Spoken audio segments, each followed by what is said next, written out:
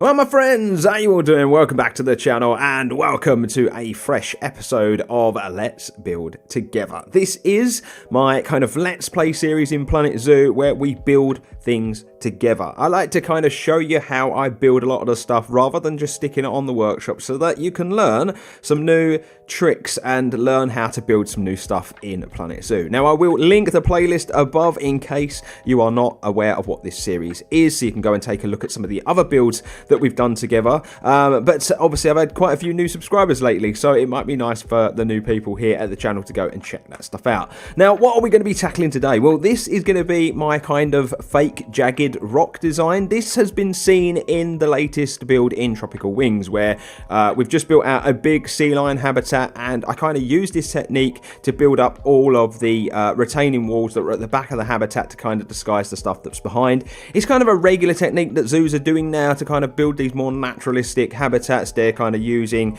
materials to build up these kind of fake rock walls, and I've kind of found a really kind of good technique in the game to make these really realistic looking rocks using the fake pieces. So let's move on with today's episode. Let's get into this.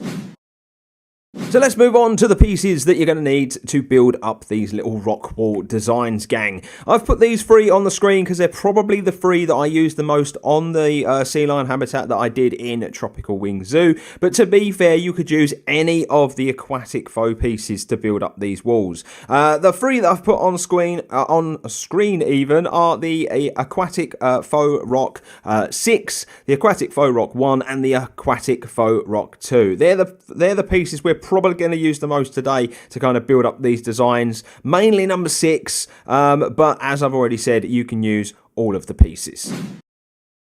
Okay, gang, so now let me show you how I built these little designs. It's really simple. All of you should be able to do this. It is a case of taking one piece and simply raising and lowering and rotating until you kind of get the design that you want. I'm not going to try and replicate the example that I showed you at the beginning because it's really, to be honest with you, physically impossible to do so, because each and every time that I've built these up, they become more unique each time, and that's a good thing, because if you're going to kind of rinse and repeat and you're going to do loads of this along, a long stretch, you don't want it to all look the same. I kind of use this similar technique on the camel habitat as well, and I just feel like it's really effective. So we're going to select the aquatic faux rock piece 6. By the way, I should have said you can find all of these in the nature tab at the bottom of your screen. So we're just going to select this piece. I'm going to just press X and X again. Going to rotate it so it's on its end, and we're going to just raise it up so it's just about touching this little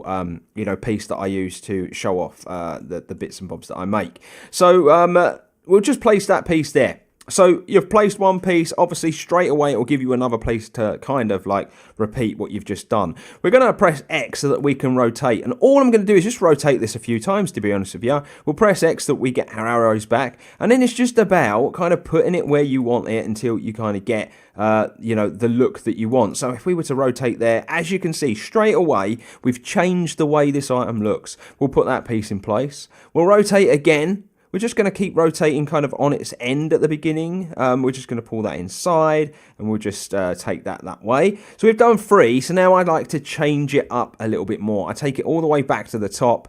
We'll, rotate a couple more times, and we'll just bring that inside like so, and get that towards the top. And then we'll rotate another piece again, and we'll just pull this out this time, I think, and we'll go down quite a bit. So already you can see that I've created a really nice looking piece of kind of jagged rock. It really gives it that natural kind of coastal feel as well. I think this is a perfect thing to be using on the likes of sea lion habitats, penguin habitats and that sort of stuff. So you've kind of done those a few rotations. If we were to select the whole item and we'll just rotate it around so you can see the back. You can see the back's not as attractive, but it's only one side of it that you really want to be, looking pretty good anyway. But should you want to kind of like dress this up a bit, to make it look a bit more, I don't know, like it's a more of a cylindrical kind of pile, I guess, you can just get these pieces again and you just rinse and repeat on the back. So what I'm going to do this time though is I'm just going to 180 it on its end, and you'll see that there are different kind of looks, to the top piece now. So if we were to bring that in, you're going to get a little bit of a different look on the top. You know, we'll just rotate that a little and we'll bring that down on itself. And just place that inside. So as you can see, the more you kind of rotate higher and lower, the more different kind of shapes and whatnot you get. And that really is as simple as that for creating this kind of like wooden pylon, to be honest with you. You know, we'll just bring it round to the front so that we can get the piece that we kind of created at the beginning, because that's the one that I really, really like the look of. Now, what I'm going to do now is, if you wanted to just create these pylons, and simply you've got that all selected, and you know, you kind of go along like this and you can raise and lower. You can create some really lovely wall designs just like that. You know, if we were to rotate this round so you kind of get the back side of the rock, you can see you can create some nice angles and more shapes start to appear. But if we just get rid of that, if you wanted to add even more to this and not just use these long pieces, you can add these 1 and 2 pieces here, because what's nice about these is that they've got these lovely kind of designs on them already that are kind of cut out inside the rocks, as you can see. Now, what I found that these were really nice for were kind of adding some details to the bottom of the pylons. So if you wanted to make it look as though rocks had broken away, as such, you know, you could just rotate them. You know, you could place that piece there. We can now rotate this around again and you get like a bit more of a smoother edge, and we can take that towards the bottom like so. And as you can see, it starts to kind of represent pieces that have fallen away at the bottom. It kind of gives it this look as well that, you know, this is kind of what the larger parts of the pylon are kind of balancing on and whatnot. And if you line them up nicely, you'll see that all these little lines and whatnot, they all start to come into play. I like to kind of rotate this way as well, where we kind of take it up and we get like larger edges and we place those in front, and it really is, the sky's the limit. It's really as far as you want your creativity to take it. And that's why I say you can use all of these pieces, but I just find that these 3 in particular